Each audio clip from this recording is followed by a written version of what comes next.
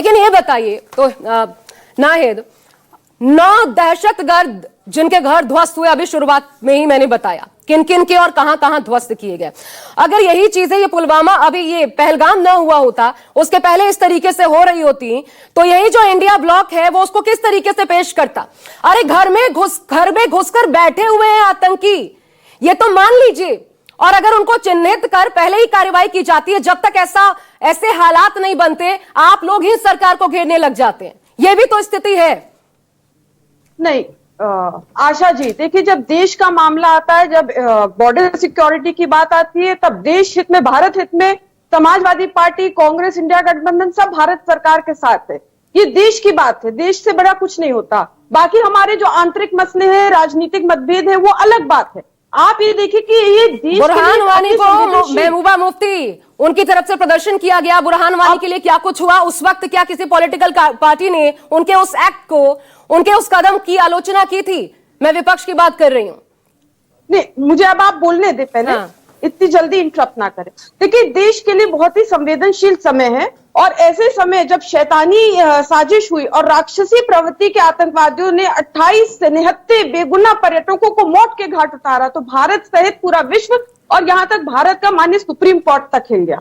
और तभी माननीय अखिलेश यादव जी, समाजवादी पार्टी, कांग्रेस, इंडिया गठबंधन ने खुलकर कहा कि पिद्दी से मुल्क पाकिस्तान जो दरिंदगी को बढ़ावा देता है, इस देश को सबक सिखाने के लिए हम सब भारत सरकार के साथ हैं। और माननीय अखिलेश यादव जी ने फर्स्ट डे पर ही, पहले दिन ही कह दिया था कि ये सिक्योरिटी लैब्स है और ये इंटेलिजेंस का टोटल फेलियर है। आप ये समझिए कि यहां तक के जो जितने पर्यटक हैं, चाहे वो बच्चे हो, चाहे वो बड़े पर्यटक हो, लोकल्स हो, वो सब बता रहे कि इंटेलिजेंस फेलियर है। आप ये देखिए ना, ये अखबार देखिए, ये अखबार है, ये माननीय मोदी जी और गृह मंत्री जी के घर का मसला है, सूरत का, गुजरात का।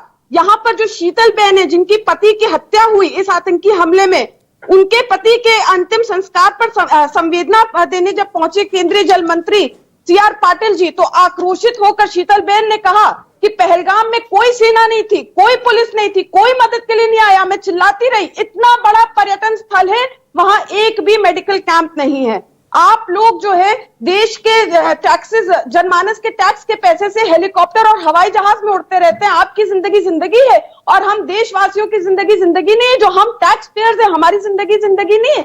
तो आप ये समझे कि इतना संवेदनशील मामला है। बिल्कुल सही कहा आपने। वही सवाल तो अभी मैंने पूछा भी तुहिन जी से, और आगे RLD के प्रवक्ता हमारे साथ हैं, उनसे भी पूछ लूंगी। लेकिन मेरा सवाल अलग था नाहिद।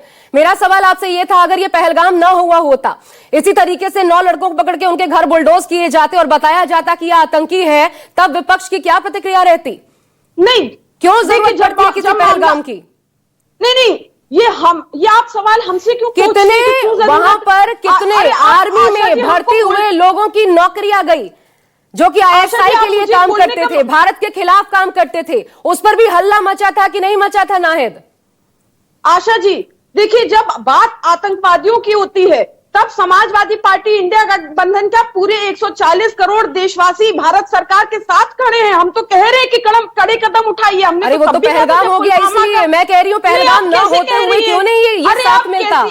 पहलगाम नहीं होते हुए क्यों साथ नहीं मिलता विपक्ष का?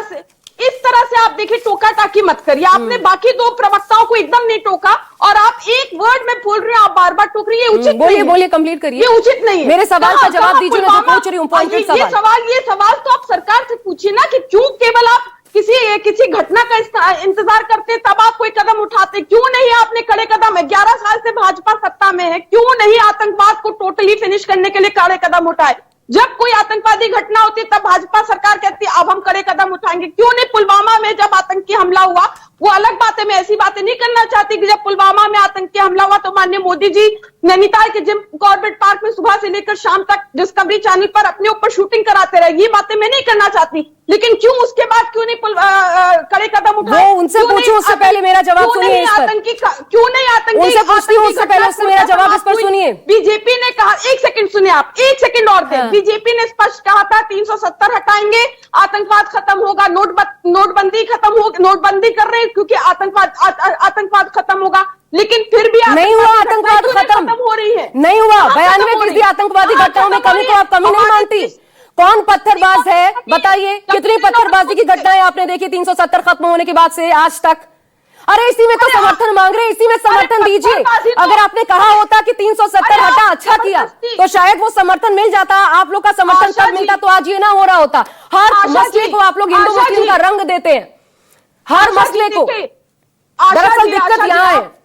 ठीक है, ये आपका चैनल जरूर है आशा जी, लेकिन इसका मतलब ही नहीं कि आप जैसा चाहे बोलती रहें। आप कह रही हैं आतंकवाद, मैं तो आपको आंकड़ा बता रही हूँ। नाहिद, आंकड़ा आप गलत पेश कर रही हैं। मैं गलत पेश कर रही हूँ आंकड़ा?